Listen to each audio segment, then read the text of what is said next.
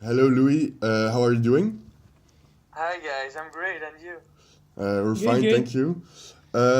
Louis, tell us a little bit more about your stay in Hong Kong. You're doing an internship for a company. Which Yes, company is that's it? correct.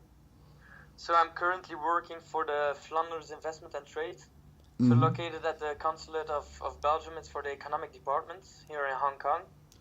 I started my internship the third week of February, and I will finish it like next week at the end of May. So it was a 3 month experience internship here in Hong Kong. Oh, nice. Okay, and what function did you have as an intern?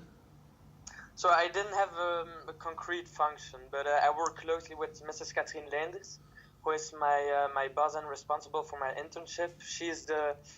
She's responsible for the economic department of the whole consulate here in Hong Kong.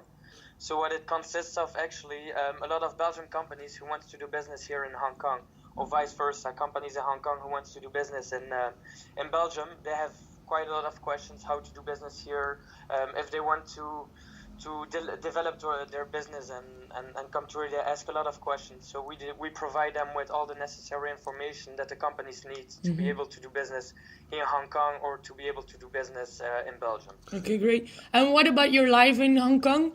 How did you get integrated in this new culture for you?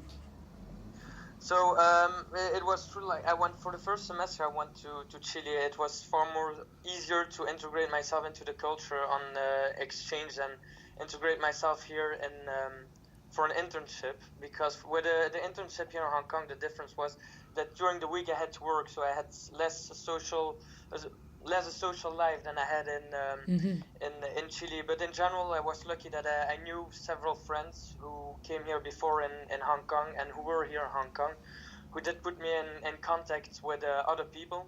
So regarding to have some friends, it was quite easy. And directly from the day I was here, I contacted other people to do some activities. So for the culture, it was easy to integrate myself. I didn't have a real culture shock. But of course, it was China, it was Hong Kong, so it's very populated. It was very like hectic, energetic, everything, and then like after several weeks, it became a bit like fuck okay.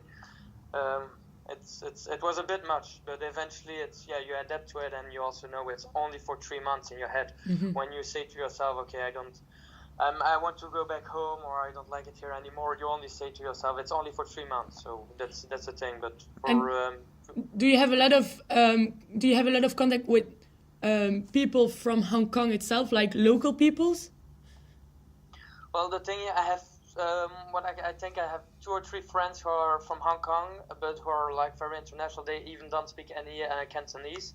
But the fact from Hong Kong, the people, and also I think we can generalize it for the fact in the whole of China, people are not that open towards foreigners. I think they are a bit more scared, and they are not like very very open to they will not come to you to talk to you. You will need to do the effort to go to Yeah. them to make contact with them, and eventually they will only answer with yes or no. They will not be very interested in you.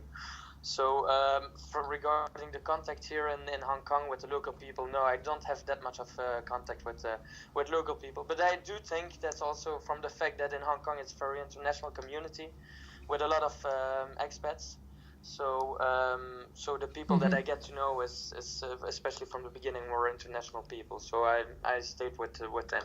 Okay. And will it be difficult to come back to Belgium? To adapt to the Belgium life again? Yeah, Well, readapt.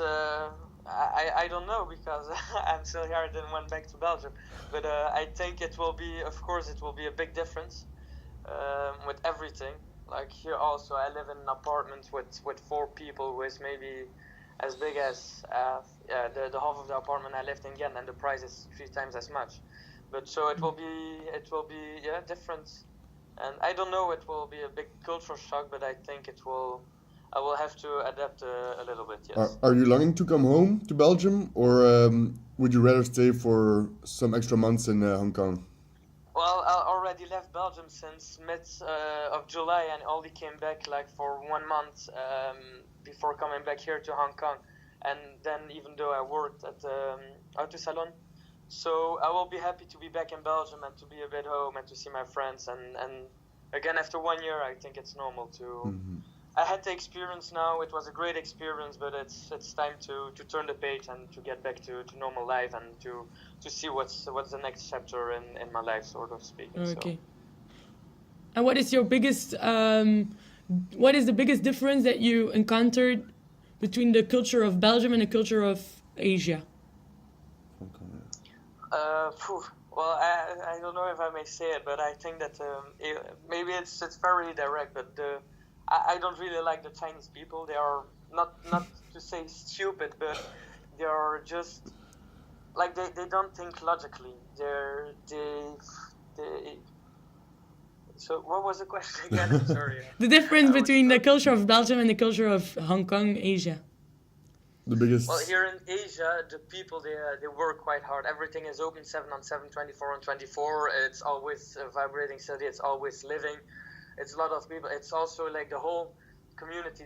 There are almost 8 million people living here, and Hong Kong, the populated area of Hong Kong, is as big as the half of east of Flanders.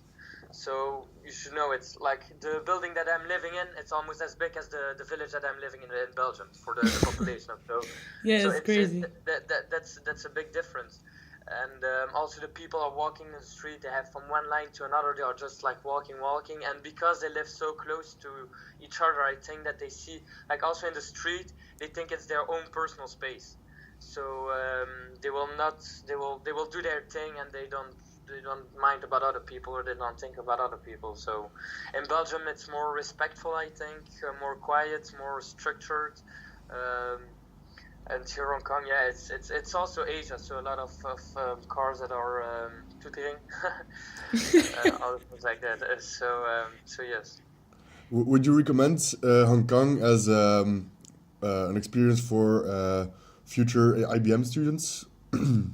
I would recommend it to do for an internship, but I wouldn't recommend it for an exchange. And for the main reason that I think for an exchange, it's nice to go to a country where it's very cheap to live, so that you can live to the fullest for your experience.